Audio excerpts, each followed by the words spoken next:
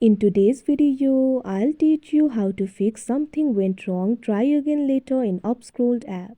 So if you're facing this error, there might be various reasons behind it. The first reason might be poor internet connection. So make sure you're connected to a stable network. After you do that, your problem should be solved.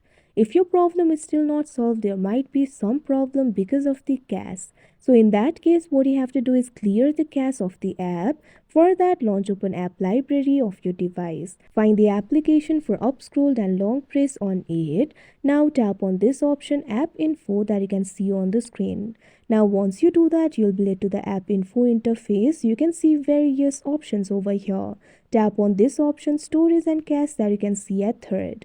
Now once you do that, you can see two options, clear storage, clear cache. Tap on the option clear cache in order to clear the cache. Now once the cache has been cleared, the error should be solved. If the error is still not solved, what you can do is simply try uninstalling the application and install it again.